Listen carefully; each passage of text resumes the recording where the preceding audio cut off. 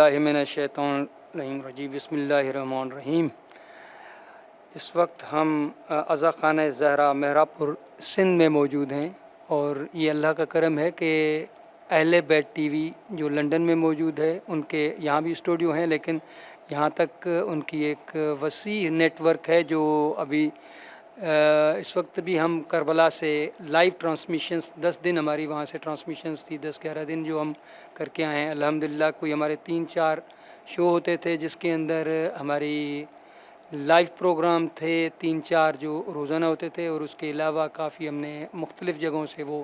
Live programme کیے، اور آج ہم یہاں پر پاکستان میں موجود ہیں، اور اسپیشلی آپ دیکھیں کہ اب اس وقت سندھ میں ہم موجود ہیں، عزا خانہ زہرا مہراب پور سندھ میں۔ آج ہمارے ساتھ مولانا امداد حسین شجاعی صاحب ہیں، جو ماشاءاللہ پورے پاکستان میں اور بلکہ ملک سے باہر بھی اور سفر کرتے رہتے ہیں، یعنی اپنے دینی امور کے مطابق۔ اور اس کے ساتھ ہمارے ساتھ موجود ہوں گے شوکت علی جو قصیدہ پڑھیں گے، شہباز علی، ضامن علی، غلاب علی، اور ہمارے ساتھ 2 ننھے ساتھی ہوں گے، ساحل علی اور نجف علی۔ تو انشاءاللہ ان سے بھی ہم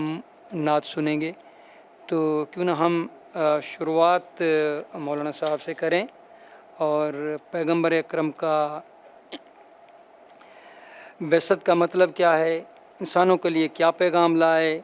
تو ہم یہ سارا کچھ ہم ان کے اوپر چھوڑ دیتے ہیں، آج وہ ہمیں اس کے بارے میں تفصیلاً بتائیں گے۔ تو میں گزارش کرتا ہوں مولانا صاحب کو کہ وہ کچھ۔ بسم اللہ الرحمن الرحیم۔ سب سے پہلے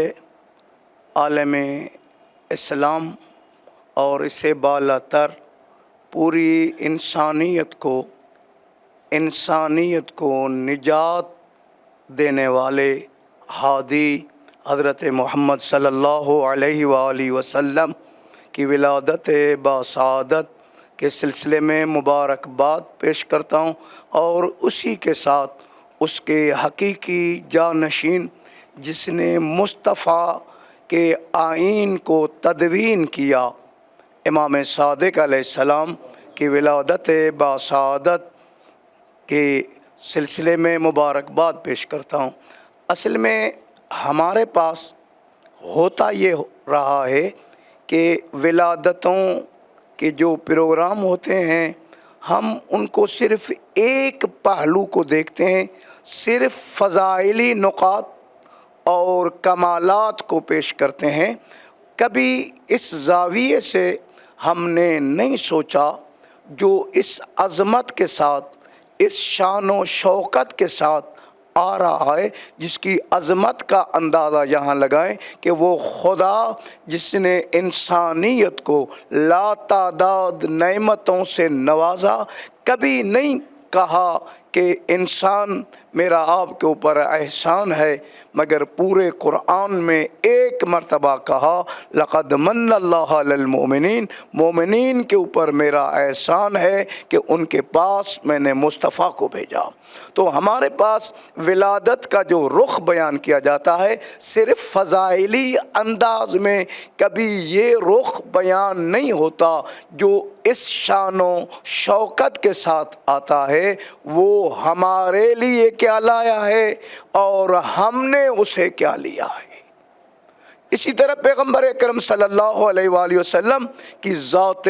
بابرکت، چاہے آپ کی مکی زندگی ہو چاہے مدنی زندگی ہو، آپ اندازہ لگائیں کہ کیسے معاشرے میں آپ نے جنم لیا، کہ وہ سماج کتنا پست تھا، ایسے گرے ہوئے معاشرے میں جو اتنے پست تھے کہ سکا باپ اپنے ہاتھوں سے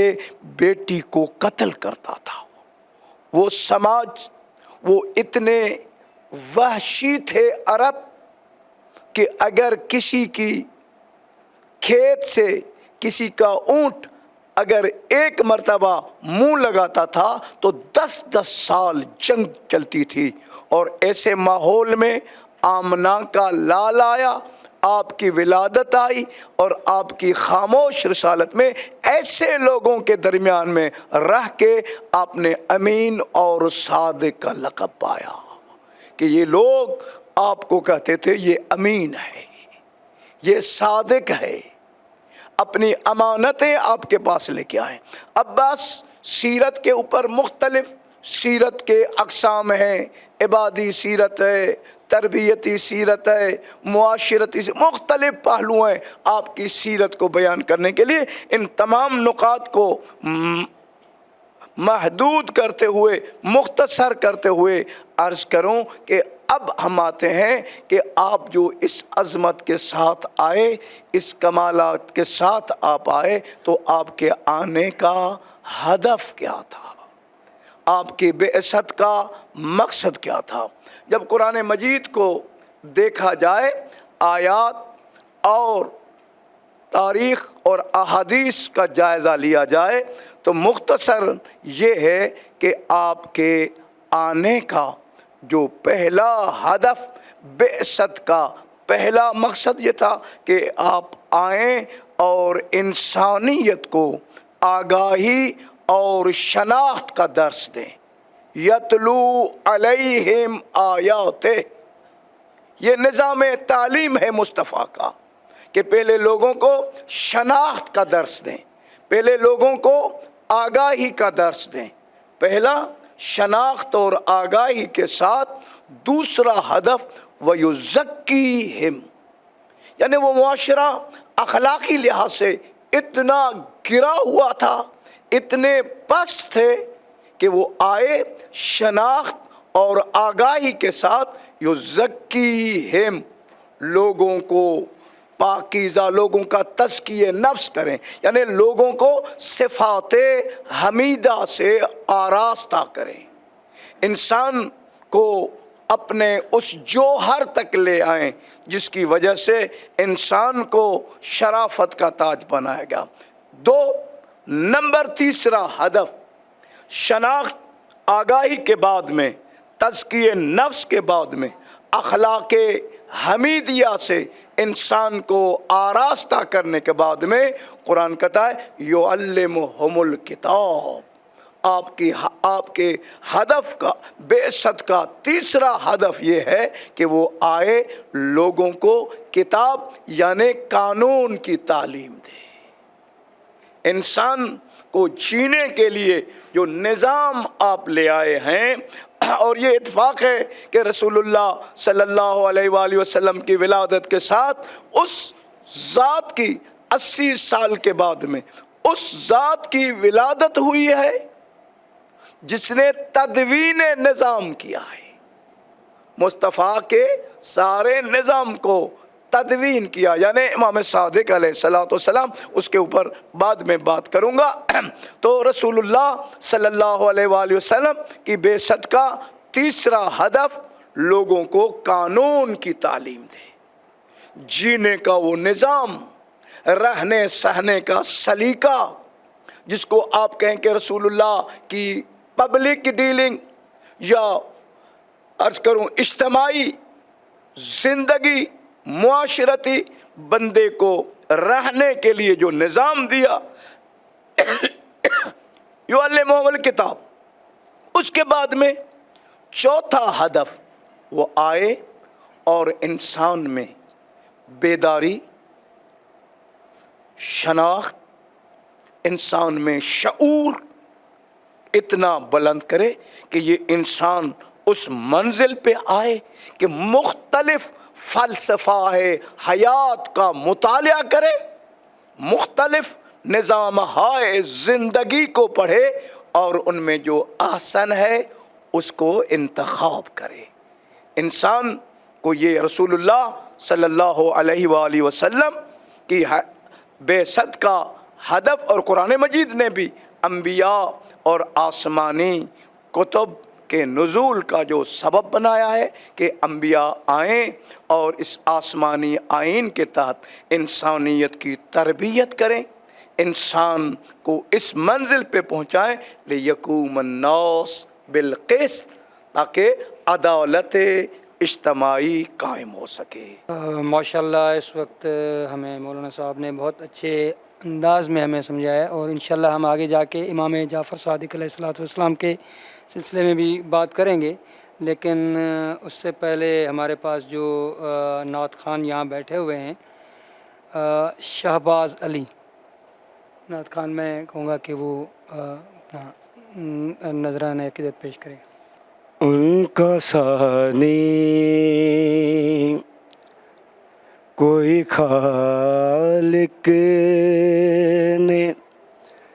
بنایا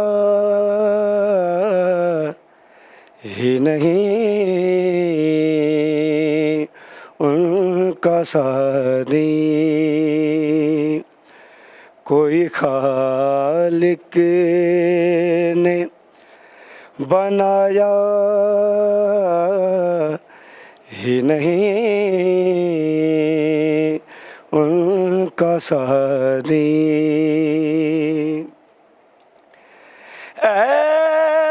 ایسا بے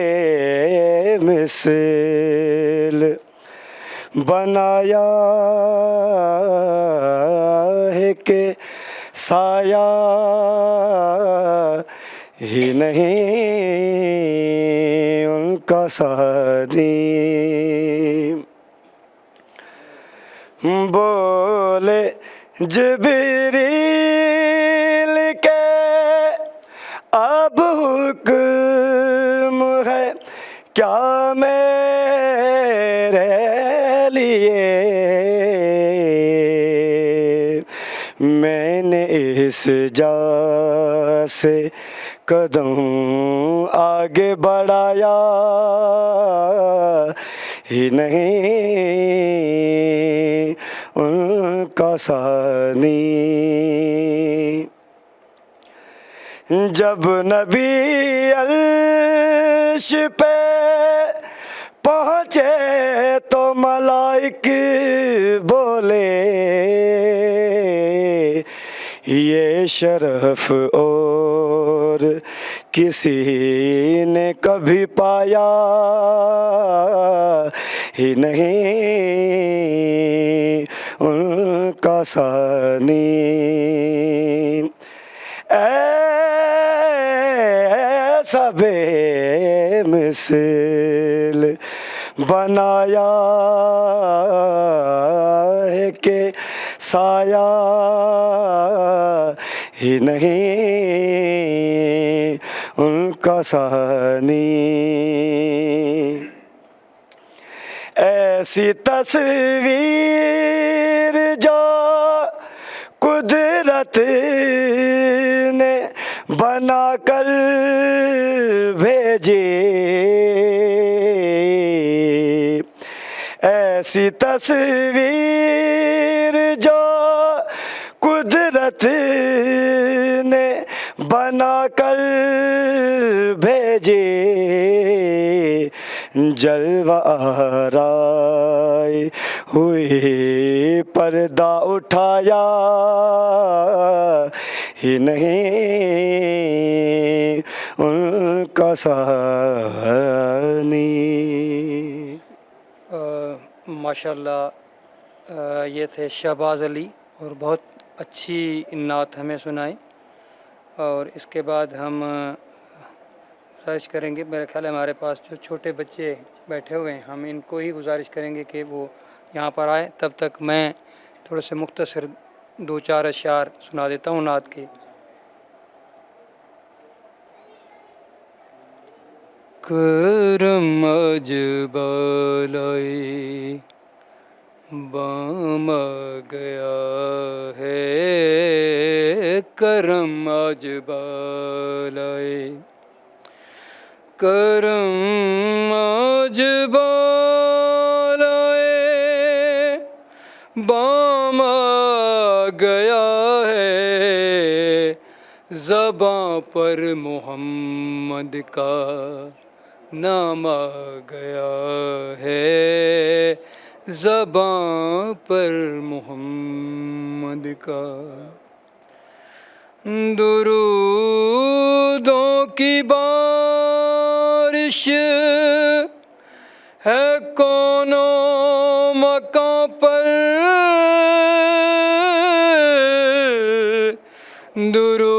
درودوں کی بارش ہے کونوں مکان پر کہ آج انبیاء کا امام آ گیا ہے کہ آج انبیاء کا مجھے مل گئی دونوں عالم کی شاہی مجھے مل گئی دونوں عالم کی شاہی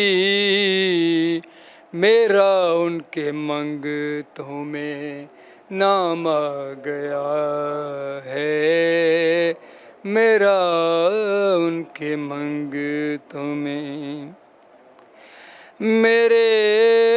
پاس کچھ بھی نیا کرو روز محشر میرے پاس کچھ بھی نیا کرو روز محشر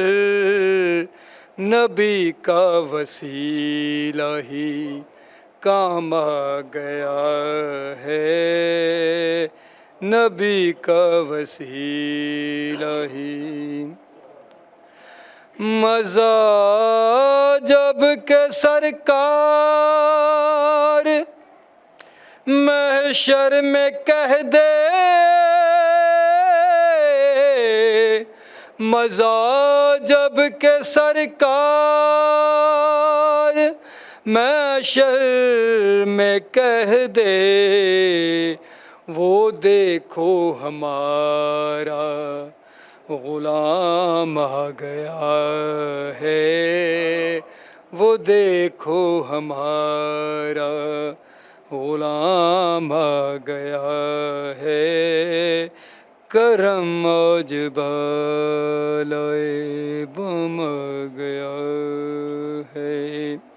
جی اس وقت میرے ساتھ موجود ہیں ساحل علی اور نجف علی ماشاءاللہ یہ آپ کو ابھی اپنا نعت سنائیں گے کرم کی وراثت ہے عطائے کی وراثت ہے کرم کی وراثت ہے عطائے کی وراثت ہے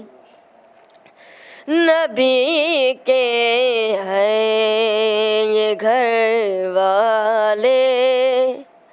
سکھائنے کی وراثت ہے وہ ہستی ہو ختیجہ کی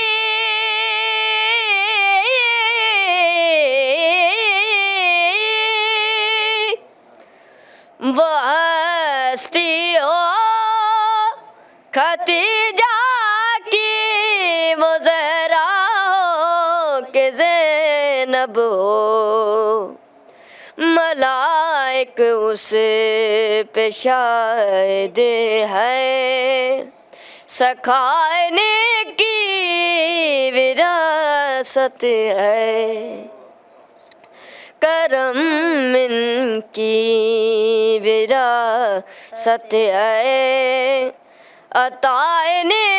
کی وراثت ہے وہ ہستی ہو ختیجہ کی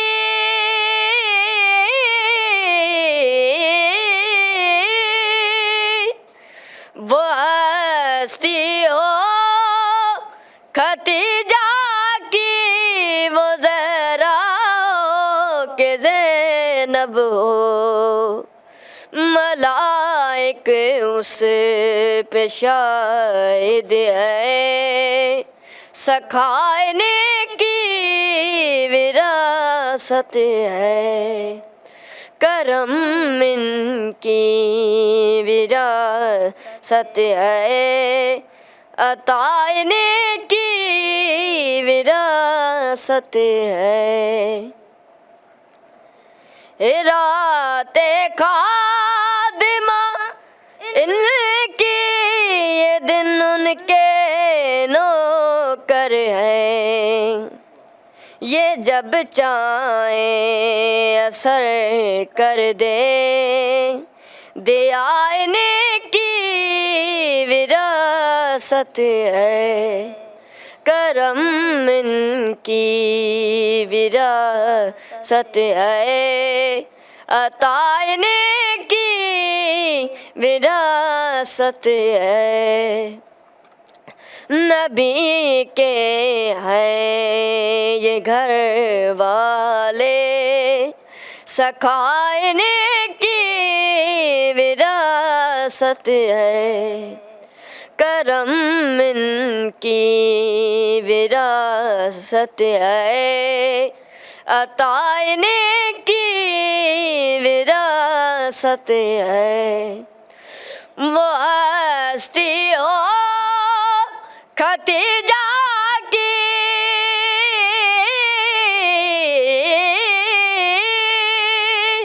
وہ ہستی ہو ختیجہ کی، وہ زہرا ہو کہ زینب ہو، ملائک اس پہ شاہد ہے، سکھانے کی وراثت ہے، کرم ان کی وراثت ہے، عطانے کی وراثت ہے۔ ماشاءاللہ، بہت خوبصورت آواز۔ یہ تھے ہمارے ننھے سے پڑھنے والے، کہنے میں ننھے سے ہیں لیکن پڑھنے میں ماشاءاللہ بہت بڑے لگتے ہیں، ساحل علی اور نجف علی۔ تو ہم پھر مولانا صاحب کی طرف چلتے ہیں، اور میرا خیال ہے ہم کوسچن اگر ہم امام جعفر صادق علیہ السلام، کیونکہ یہ صادقین کا جشن ہے، تو ہم انہیں کہیں گے کہ وہ تفصیلاً ہمیں اس کے بارے میں کچھ بتائیں۔ بسم اللہ الرحمن الرحیم۔ اس سے پہلے کہ امام صادق علیہ السلام کے حوالے سے بات کروں، اپنے پہلے کی گفتگو کو جمع کروں کہ آپ کے بعثت کے اہداف میں سے ایک ہدف یہ بھی تھا کہ انسانیت کو شخصیت پرستی سے نجات دلائے۔ انبیاء آئے اور انسان کو شخصیت پرستی سے نکال کر انسان کو خدا پرست بنائے، اور پیغمبر اکرم صلی اللہ علیہ وآلہ وسلم کے اہداف بعثت میں یہ اہم بحث تھا کہ انسان کو شخصیت پرستی سے نکالیں، شخصیت پرستی کی نفی کریں، اور انسان کو اندھی تقلید سے نکالیں۔ آنکھیں بند کر کے کسی کے پیچھے لگنا بغیر کسی تحقیق کے، یہ وہ ماحول عرب کا ایسا تھا، اور آپ آئے کیونکہ عالمین کے لیے رحمت بن کے آئے۔ آپ کا مقام منزلت کا جو اندازہ لگائیں کہ وہ حبیب، وہ ذات جس کو خدا نام سے بھی نہیں پکارتا، کبھی یاسین، کبھی طہا، کبھی یا ایھا المزمل، کبھی یا ایھا المدثر، کبھی بشیر، کبھی نذیر، یہ القاب سے آپ کو نوازتا ہے۔ اور اس نے اپنے اہداف میں اہم ہدف یہ تھا جو آج کل انسانی سماج میں پھر رائج ہے، شخصیت پرستی، اندھی تقلید، یہ ختم کر کے انسان کو خدا یا توحید کی طرف دعوت دینا۔ یہ خلاصہ میرے اس مختصر بحث کا۔ اب آئیے امام صادق علیہ السلام کے حوالے سے کہ آپ کی